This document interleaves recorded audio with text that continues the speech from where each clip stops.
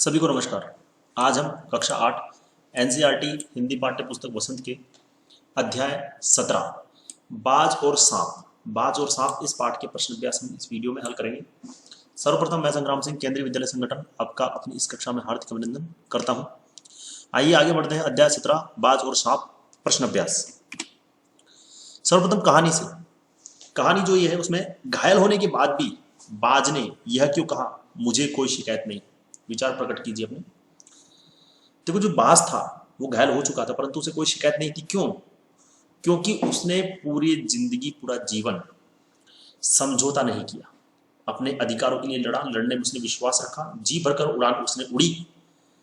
उसका ऐसा कोई सुख नहीं बचा था जिस उसने ग्रहण नहीं किया हो, इसलिए वो अपने जीवन से पूर्णतः संतुष्ट था। ठीक है, इसलिए उसे कोई अपने जीवन से शिकायत थी नहीं। तो घायल होने के बाद भी बाज ने यह कहा कि मुझे कोई शिकायत नहीं है। उसने ऐसा इसलिए कहा क्योंकि वह किसी भी कीमत पर समझौतावादी जीवन शैली पसंद नहीं करता था, कॉम्प्रोमाइज। वह अपने अधिकारों के लिए लड़ने में विश्वास रखता था। उसने अपनी जिंदगी को भरपूर भोगा। वह असीम आकाश में जी भरकर उड़ान भर चुका था। जब तक उसके शरीर में ताकत रही तब तक ऐसा कोई सुख नहीं बचा जिसे उसने न भोगा। वह अपने जीवन से पूर्णतः संतुष्ट था, इसलिए उसने कहा कि मुझे अपने जीवन से कोई शिकायत नहीं। ठीक है। बाज जिंदगी भर आकाश में उड़ता रहा, फिर घायल होने के बाद भी उड़ना क्यों चाहता था? तो वही जो हमने फर्स्ट क्वेश्चन में जो आंसर देखा वही है कि पूरा जिंदगी भर वो उड़ता रहा, साहसी था, अपने हक के लिए लड़ता रहा, समझौतावादी नहीं था, समझौता नहीं करता था परिस्थितियों के साथ। तो वो कायर की मौत नहीं मरना चाहता था, इसलिए वो अंतिम क्षण में भी उड़ना चाहता था, अपने जीवन के लिए संघर्ष करना चाहता था। बाज जिंदगी भर आकाश में उड़ता रहा। उसने आकाश की असीम ऊंचाइयों को अपने पंखों से नापा। बाज साहसी था, वह किसी भी कीमत पर समझौतावादी जीवन शैली पसंद नहीं करता था, अतः कायर की मौत नहीं मरना चाहता था। वह अंतिम क्षण तक जीवन की आवश्यकताओं के लिए संघर्ष करना चाहता था, मतलब अंतिम समय तक लड़ना चाहता था, इसलिए उसको उड़ना था।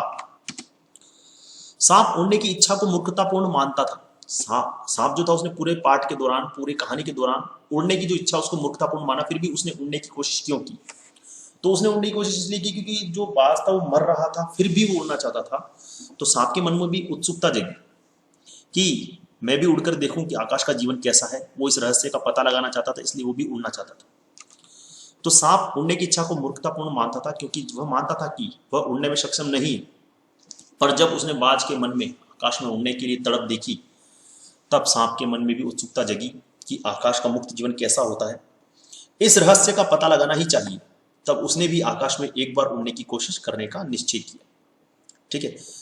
बाज के लिए लहरों ने गीत क्यों गाया था? तो बाज क्या बहादुर था, उसकी बहादुरी से प्रसन्न होकर लहरों ने गीत गाया था। उसने अपने प्राण त्याग दिए परंतु जिंदगी के खतरे का सामना करने से वो पीछे नहीं हटा। जो पूरे जीवन वो करता रहा उसने अंत में भी वही किया, इसलिए बाज के लिए लहरों ने गीत गाया। घायल बाज को देखकर सांप खुश क्यों हुआ होगा? देखो, सांप और बाज जो है एक दूसरे के दुश्मन होते हैं। ठीक है। इसमें बाज जो है वो ताकतवर ज्यादा होता है, वो सांप को नुकसान पहुंचा सकता है। परंतु जब सांप ने देखा कि बाज घायल है तो वह खुश इसलिए हुआ क्योंकि अब सांप उसका कुछ बिगाड़ नहीं सकता था, उसको परेशान नहीं कर सकता था, उसको कोई हानि नहीं पहुंचा सकता था। ठीक है।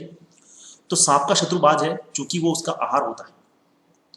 बाज का आहार क्या होता है? सांप। बाज सांप को खा जाता है।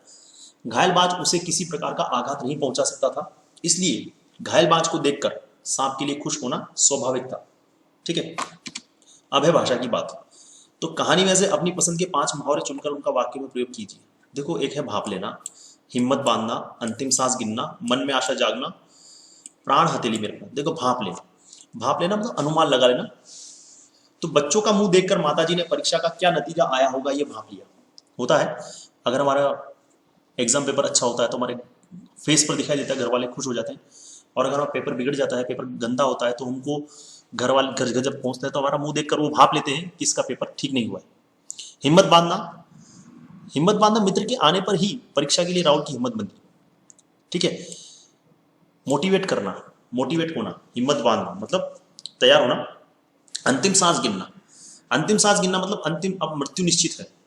तो दादाजी की गिरती सांसें देखकर माताजी ने स्थिति भाप ली कि वे अंतिम सांस गिन रहे हैं, मतलब अब उनकी मृत्यु होने वाली। मन में आशा जागना। ठीक है। शिक्षिका की कहानी ने मेरे मन में आशा जगा दी। जैसे आप ये कहानी पढ़ेंगे बाज और सांप, तो इसमें जो बाज की प्रवृत्ति उसको देखकर आपके मन में भी आशा जगेगी, संघर्षों से लड़ने की आशा जगेगी। प्राण हथेली में रखना, सिपाही ने देशवासियों की जान बचाने के लिए अपने प्राणों को हथेली पर रख देते हैं। हथेली में रख देते मतलब तैयार रहते हैं वो मरने के लिए, ठीक है। वो आगे पीछे का नहीं सोचते, अपने प्राण हथेली पे लेकर चलते हैं। उनको पता होता है कि इनकी मृत्यु भी हो सकती है, परंतु डरते नहीं, ठीक है। अगला है आरामदेह, शब्द में देह प्रत्यय, आराम देह, इसमें देह प्रत्यय, प्रत्यय जो पीछे जुड़ता है। यहां देह देने वाला अर्थ में प्रयुक्त होता है। देने वाले के लिए द भी लगता है, प्रद भी लगता है, दाता भी लगता है, दाई भी लगता है, देने वाला, ठीक है। जैसे सुखद तो सुख देने वाला, सुखप्रद सुख देने वाला, सुखदाता सुख देने वाला, सुखदाई सुख देने वाला आदि का प्रयोग भी होता है। जैसे सुखद, सुखदाता, सुखदाई, सुखप्रद। उपयुक्त उपर्युक्त समानार्थी प्रत्ययों को लेकर दो दो शब्द बनाइए। द का सुखद दुखद, सुख देने वाला दुख देने वाला। दाता परामर्शदाता, परामर्श देने वाला सुख देने वाला। दाई सुखदाई दुखदाई। देह विश्राम देह, विश्राम देने वाला। लाभ देह लाभ देने वाला। आराम देह आराम देने वाला। प्रद लाभप्रद, लाभ प्रदान करने वाला। हानिप्रद हानि प्रदान करने वाला। शिक्षाप्रद शिक्षा प्रदान करने वाला। इसी के साथ अध्याय 17 वसंत कक्षा 8 बाज और सांप, इस पाठ के प्रश्नोत्तर हमने इस वीडियो में हल कर लिए हैं। आज के लिए बस इतना ही। धन्यवाद, आपका दिन मंगलमय हो।